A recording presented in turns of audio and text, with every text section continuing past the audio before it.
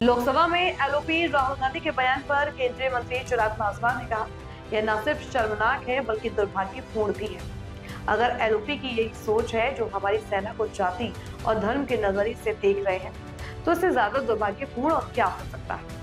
अगर आपको इतनी ही चिंता, देश में सबसे लंबे समय तक सत्ता में कौन था? आप और आपके परिवार के सदस्य। अगर आप सेना को जाति के नाम पर बांटना चाहते हैं तो आप ऐसा कर सकते हैं। सेना एक विषय है जिसका राजनीतिकरण नहीं किया जाना चाहिए।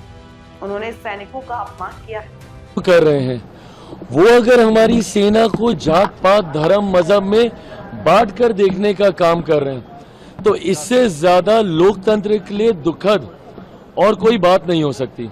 जैसा मैंने कहा कि ये बयान तो शर्मनाक है ही, मैं उसमें मैं जा ही नहीं रहा, पर सोचिए कितनी भावनाओं को आपने ठेस पहुंचाई होगी।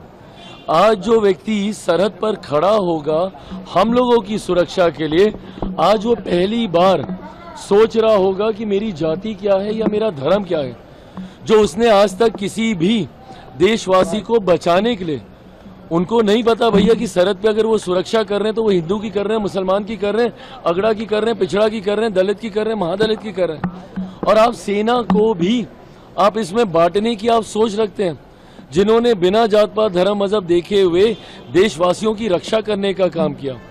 और अगर आपको इतनी ही चिंता है राहुल जी, तो बता दीजिए ना कि देश की सत्ता में लंबे समय तक कौन था शासन में? भैया आप, आपके परिवार के लोग थे ना।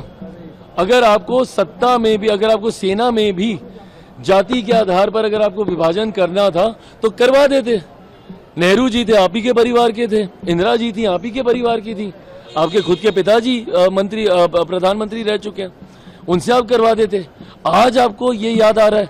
चुनाव में मैं समझता हूं कई बार हताशा होती है, निराशा होती है, कई बार आप ऐसी बातें बोलते हैं जिससे ध्रुवीकरण हो, बट